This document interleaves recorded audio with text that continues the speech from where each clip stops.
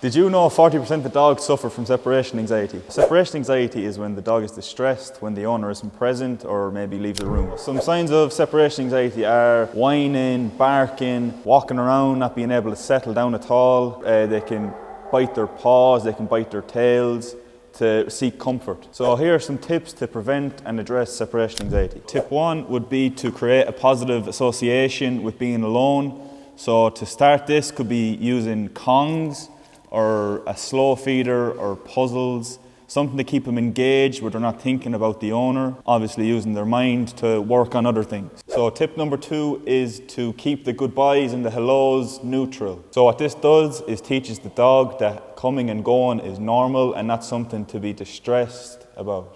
Another tip is to desensitize your dog from sound you may make when you're leaving and going. So that could be picking up the keys, putting on the shoes, opening the front door. So the idea is to be doing this to prepare your dog for when you're leaving, that it's not a big deal. Another thing is to always exercise your dog before you leave. A tired dog is a happy dog, and a happy dog's not going to notice you being absent. Teach your dog to enjoy alone time, and this will make your life easier.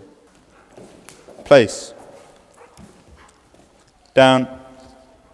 Stay.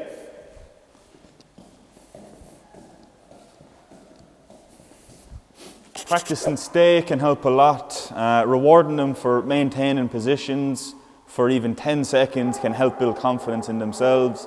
Suki behind me is full of confidence. She'd lay down there all day if I wanted her to, because I built it up with her. With separation anxiety, you really want to avoid punishment because it can really make and break your dog. If you've noticed signs of separation anxiety in your dog, you shouldn't correct the behaviours. You should address the issues, and if any of the tips we've said helped, feel free to use them. If any of these tips helped you at all, feel free to follow any of our socials.